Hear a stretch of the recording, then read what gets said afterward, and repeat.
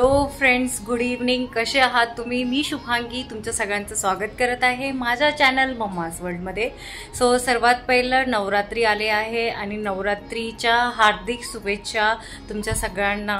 आणि सोबतच आज आपण नवरात्रीबद्दल पण बोलूयात आणि आज आपण आपल्या डाएटबद्दल पण बोलूयात की नवरात्रीमध्ये फास्टिंगमध्ये तुम्ही कुठकुठले ज्यूस घेऊ शकता आणि कुठकुठले ज्यूस जास्त चांगले असतात आपल्या हेल्थसाठी.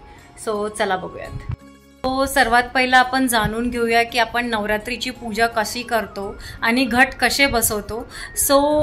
घट बसवण्यासाठी आपण जी शेतातली आणलेली माती असते त्या मातीला एक जाड चौकोनी थर करून त्यावरती आपण ती माती टाकतो आणि त्याच्यावर 5 ते 7 धान्य आपण त्याच्यावर टाकतो, ज्याच्यामध्ये जव असतं, गहू, तीळ, मूग, त्याच्यानंतर चणे, ह्या सगळ्या गोष्टी त्याच्यावर टाकतो. त्यासोबत आपण कलश पूजाही करतो आणि कलश पूजा तर करतो आणि अखंड दिवा आपला 9 दिवस चालत असतो.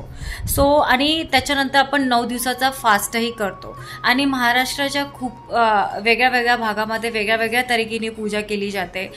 काही लोक चप्पल, शूज वगैरे नाही घालत 9 दिवस. 9 दिवस ते बेअर फूट असतात, म्हणजे ते काही चप्पल वगैरे नाही घालत आणि ते स्ट्रिक्ट पाळतात. आणि ह्याच्यानंतर जी आपला फास्टिंगची सुरुवात होते ते 3 ऑक्टोबरपासून होते. 3 ऑक्टोबरला आपला पिवळा कलर होता आणि त्याच्यासोबत आपण शैलपुत्रीची पूजा करतो. 4 ऑक्टोबरला हिरवा रंग आहे, त्या दिवशी आपण ब्रह्मचारिणीची पूजा करतो. 5 ऑक्टोबरला आपला ग्रे कलर होता, ज्याला मराठीमध्ये राखाडी कलर म्हणतात. त्या दिवशी गाईज 6 ऑक्टोबरला रविवारी ऑरेंज कलर होता. ऑरेंज कलरला आपण नारंगी कलर ही म्हणतो. त्या दिवशी कुष्मांडी देवीची पूजा केली जाते.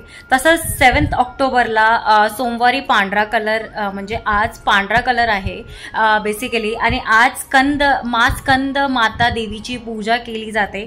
त्याच्यासोबत 8 ऑक्टोबरला लाल रंग आहे आणि त्या दिवशी काल रात्री देवीची पूजा केली जाते. आणि 9 ऑक्टोबरला बुधवारी निळा रंग आहे. निळा रंग जो आहे तो महागौरी माताची पूजा केली जाते. आणि 10 ऑक्टोबरला गुरुवारी गुलाबी रंग आहे, ज्याला पिंक कलरही म्हणतात. त्या दिवशी सिद्धिदात्री देवीची पूजा केली जाते. हे आपले आहेत 9 कलर्स. आणि नवरात्रीचे 9 दिवस आपण खूप छान प्रकारे सेलिब्रेट करतो.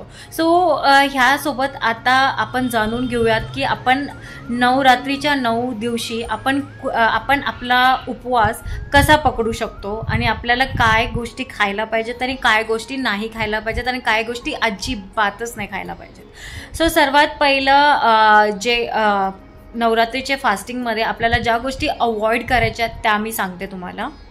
पहिली आहे फ्राईड थिंग्स. फ्राईड थिंग्समध्ये तुम्ही जे घरी आपण तळलेले चिप्स खातो, बनाना चिप्स खातो, त्याच्यानंतर साबुदाणा वडा खातो, अजून भरपूर तळलेले पदार्थ आहेत जे आपण फास्टिंगमध्ये खातो. ह्या फास्टिंगमध्ये तुम्हाला हे तळलेले पदार्थ अजिबात खायचे नाही आहेत.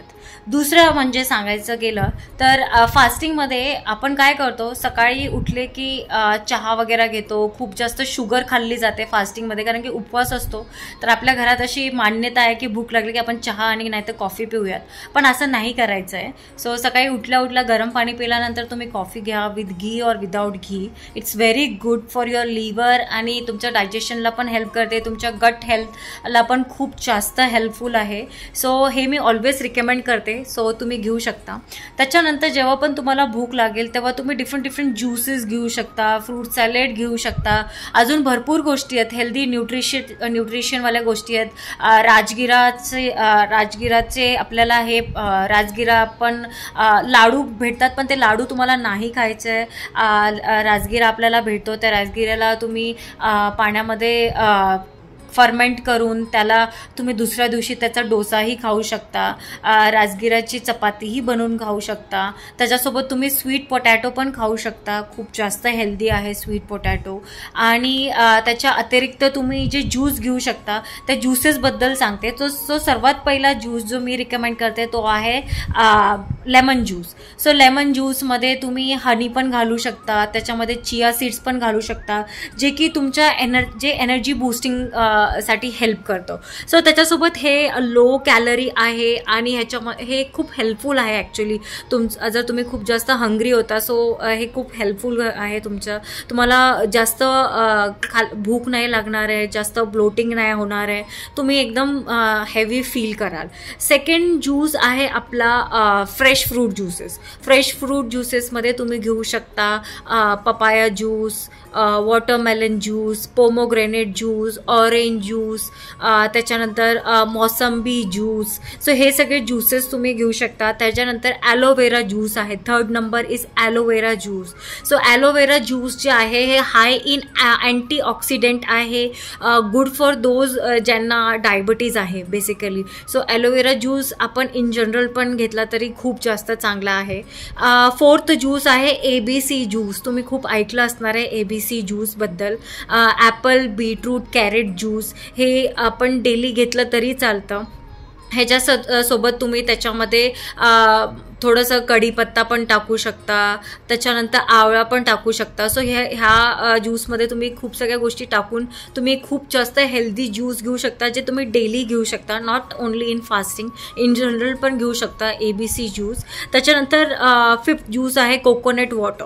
कोकोनट वॉटर तर तुम्हाला माहितीच आहे, कोकोनट वॉटर आपल्याला इन्सुलिनचं काम करतं आणि त्याच्यामध्ये नॅचरल इलेक्ट्रोलाइट असतात आणि हेल्प करतो हायड्रेट करण्यासाठी आणि एनर्जी बूस्टिंग आहे, ते खूप लवकर एनर्जी बूस्टिंग करतं.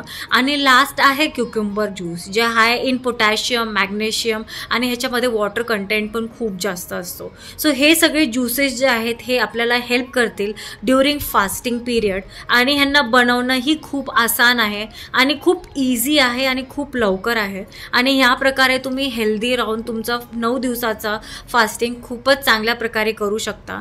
आणि ह्याच्या अतिरिक्त तुम्हाला तुमचा वॉटर इनटेक जो आहे, जे मी ऑलवेज सांगते, 4 लिटर पाणीचा वॉटर इनटेक तो तुम्हाला घ्यायचाच आहे. सो इट्स व्हेरी इम्पॉर्टंट की तुम्ही 4 लिटरचा वॉटर इनटेक घ्या. सो गाईज, इथेच आपला ब्लॉग संपत आहे आणि 4 लिटर वॉटरचा इनटेक नक्की घ्या, स्वतःला हायड्रेट ठेवा आणि ह्याच्यासोबतच आपला ब्लॉग इथेच संपतो. Thank you so much. खूप सगळं लाईक करा, शेअर करा, सबस्क्राईब करा मॉमीज वर्ल्डला आणि ह्याच्यासोबतच अगेन नवरात्रीच्या हार्दिक शुभेच्छा तुमच्या सगळ्यांना माझ्याकडून. Bye bye guys.